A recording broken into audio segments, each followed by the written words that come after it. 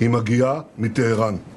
Iran আবারও শত শত ক্ষেপণাস্ত্র দিয়ে ইসরায়েলকে আক্রমণ করেছে। এই হামলা ব্যর্থ হয়েছে। এটি প্রতিহত করা সম্ভব হয়েছে কারণ আমাদের রয়েছে বিশ্বের সবচেয়ে আধুনিক আকাশ প্রতিরক্ষা ব্যবস্থা। প্রতিরক্ষা বাহিনী আইডিএফকে এই অসাধারণ সাফল্যের জন্য প্রশংসা করি। একই সঙ্গে সতর্কতা এবং দায়িত্ববোধের জন্য ইসরায়েলের নাগরিকদের প্রতি কৃতজ্ঞতা। আমি যুক্তরাষ্ট্রকেও আমাদের প্রতিরক্ষামূলক প্রচেষ্টায় সমর্থন দেওয়ার জন্য ধন্যবাদ জানাই।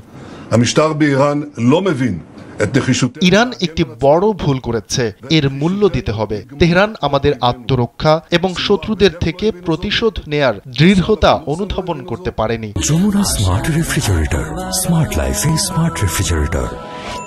সিনাওয়ার এবং দেইফোনা, নাসরুল্লাহ বা মোহসেনও তা পারেনি। সম্ভবত তাদের কেউই পারেনি, কিন্তু তারা শিগগিরই বুঝবে। আমরা সেই নীতি মেনে চলব যে আমরা স্থির করেছি, যারা আমাদের আক্রমণ করবে আমরা তাদের পাল্টা আক্রমণ করব। এই নীতি সত্য যেখানে আমরা শয়তানের অক্ষের বিরুদ্ধে লড়াই করছি। এটি গাজা, লেবানন, ইয়েমেন এবং সিরিয়াতেও সত্য, এবং এটি ইরানের ক্ষেত্রেও সত্য। আমরা সর্বত্র শয়তানের অক্ষের বিরুদ্ধে লড়াই করছি। দক্ষিণ লেবানন ও গাজা, যেখানে আমাদের বীর সৈন্যরা সক্রিয় রয়েছে।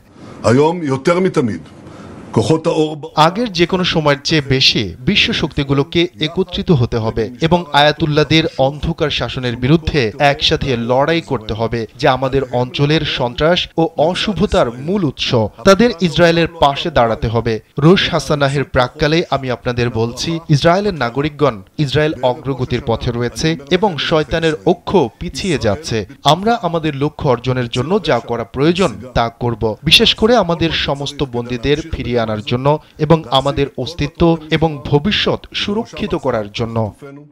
ולהבטיח את קיומנו ועתידנו.